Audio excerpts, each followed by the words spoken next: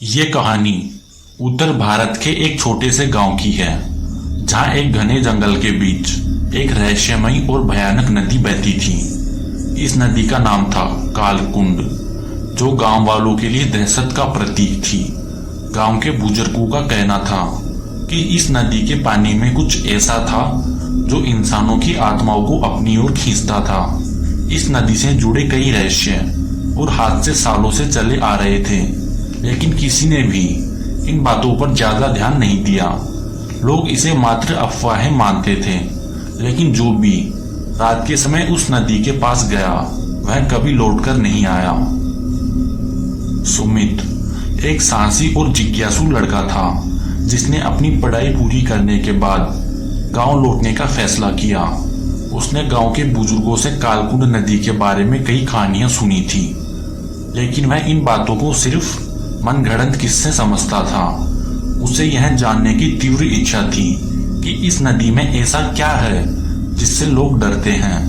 एक दिन सुमित ने अपने दोस्तों विशाल, राघव और नंदिनी को इस नदी के बारे में बताया और कहा कि क्यों न हम रात के समय वहां जाकर देखें। सभी दोस्तों ने सुमित की बात को मजाक में लिया और कहा, क्या सच में तुम इन पुरानी कहानियों में विश्वास करते हो? लेकिन सुमित का उत्साह कम नहीं हुआ। उसने सबको इस रोमांचक यात्रा के लिए मना लिया। तय हुआ कि अगले दिन की रात को वे सब नदी के किनारे जाकर रहस्य का पर्दा उठाएंगे। रात का अंधेरा धीरे धीरे घिरने लगा। चारों दोस्त एक दूसरे का हाथ पकड़े जंगल के रास्ते पर चल पड़े। रास्ते में हर तरफ घना अंधकार और रहस्यमयी सन्नाटा था। पेड़ों की शाखाएं ठंडी हवाएं में हिल रही थी, जैसे वे कुछ चेतावनी देना चाहती हो। जैसे जैसे वे नदी के करीब पहुंचे, नंदिनी ने महसूस किया कि कुछ तो गलत है। उसे ऐसा लग रहा था जैसे कोई अदृश्य ताकत उन्हें देख रही हो।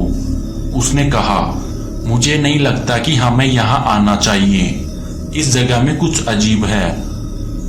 लेकिन सुमित ने उसे ढांढस बंधाते हुए कहा, यह सब तुम्हारा वहम है, डरने की कोई बात नहीं।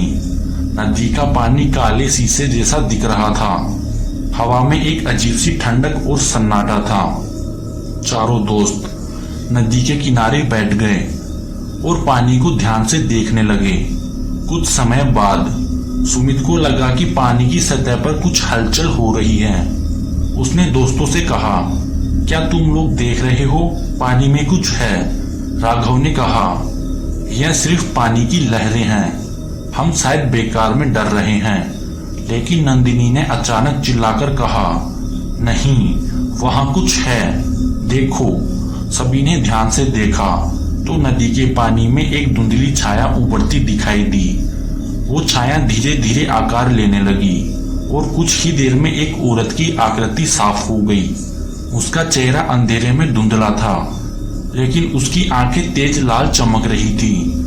उसका शरीर पानी में से ऊपर उठता जा रहा था, जैसे उसे किसी अदृश्य शक्ति ने पकड़ रखा हो। सुमित ने कांपते हुए कहा, यह क्या है? वो औरत अब पूरी तरह पानी से बाहर आ चुकी थी और हवा में तैर रही थी। उसका सफेद लिबास पानी से भीगा हुआ था और बाल बिखरे हुए थे। उसकी आंखों से खून जैसा कुछ टपक रहा था। चारों दोस्त अब बेहद डरे हुए थे, लेकिन उनके पैरों ने जैसे जड़ पकड़ ली हो।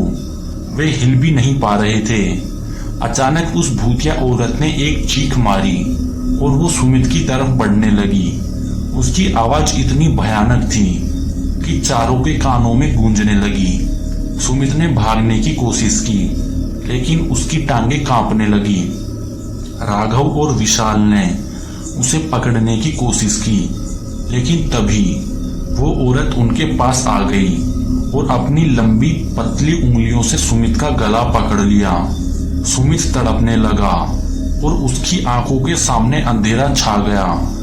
नंदिनी और विशाल चीखते हुए पीछे हट गए, लेकिन उनकी चीखें जंगल के सन्नाटे में गुम हो गई। उस औरत की हंसी ने सबकी रीढ़ की हड्डी में सिहरन दौड़ा दी। उसने सुमित को नदी की तरफ खींचा और अगले ही पल सुमित का शरीर हवा में उठकर पानी के भीतर समा गया। नंदिनी और विशाल ने जैसे तैसे हिम्मत जुटाई और वहां से भागने लगे। वे दोनों बुरी तरह हाँफते हुए गांव पहुंचे और लोगों को इस घटना के बारे में बताया। लोग तुरंत नदी की ओर भागे, लेकिन जब वे वहां पहुंचे तो वहां न सुमित था न वो भूतिया औरत। सिर्फ नदी का काला और ठंडा पानी था जिसमें सब कुछ गायब हो चुका था। गांव के बुजुर्गों ने कहा, हमने पहले ही कहा था कि उस नदी के पास मत जाओ, वहां कई आत्माएं भटकती है जो इंसानों की आत्माओं को खींच लेती है। राघव और विशाल की हालत अब बहुत खराब हो चुकी थी। उन्होंने कई बार पुलिस को बुलाया, लेकिन सुमित का कोई पता नहीं चला।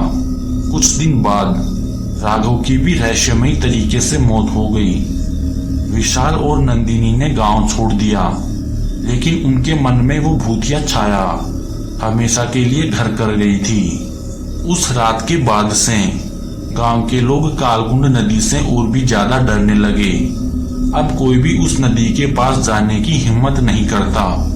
लोग कहते हैं कि रात के अंधेरे में अगर आप ध्यान से सुने तो उस नदी से सुमित की चीखें और उस भूतिया औरत की हंसी आज भी सुनाई देती है। यह नदी अब सिर्फ एक जलधारा नहीं रही, बल्कि एक स्थापित इंसान बन चुकी थी, जहां हर साल कोई न कोई गायब हो जाता।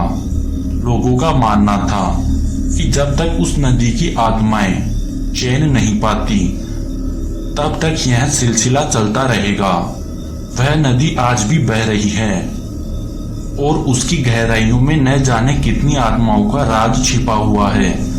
जो भी उस नदी के पास साथ में जाता है वह कभी वापस नहीं आता है। आज की कहानी कैसी लगी कमेंट करके जरूर बताएं और हमारे चैनल को जरूर सब्सक्राइब करें।